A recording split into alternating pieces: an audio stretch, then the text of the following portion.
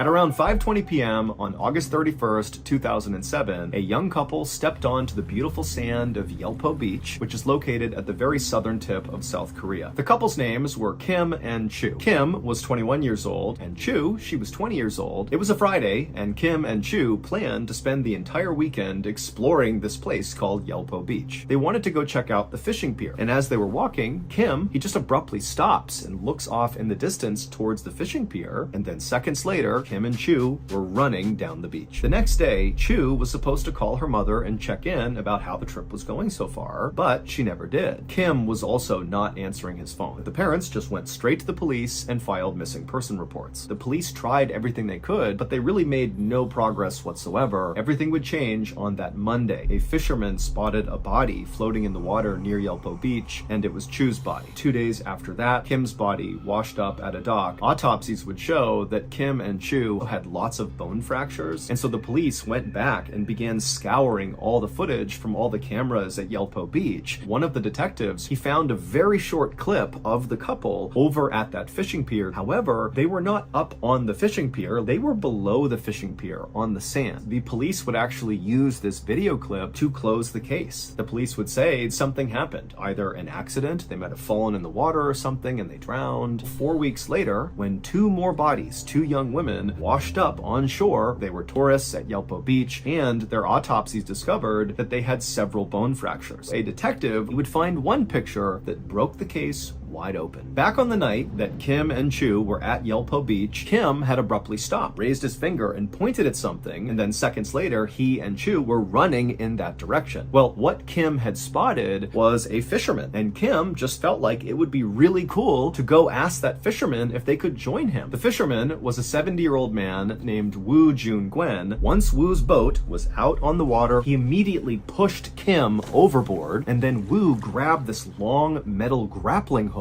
and began beating Kim. Woo literally beat Kim to death. Woo turns on Chu and does the same thing to her. 4 weeks later, two more tourists just happened to ask Woo the same question, and he would kill them the same way he killed Kim and Chu. Except one of those two young women, while they were out on the water, she sensed something was wrong, and she sent a text message saying she was in trouble on a boat. The police, they immediately searched the registry that listed all the boats, and because it was a holiday, there was nobody out on the water except for Woo's boat. The last picture that Chu took is of Woo. Ultimately, Woo would be convicted of the murders, even though he didn't really offer up any clear explanation as to why he killed these people, and he would be sentenced to death, and he would become the oldest death row inmate in South Korea.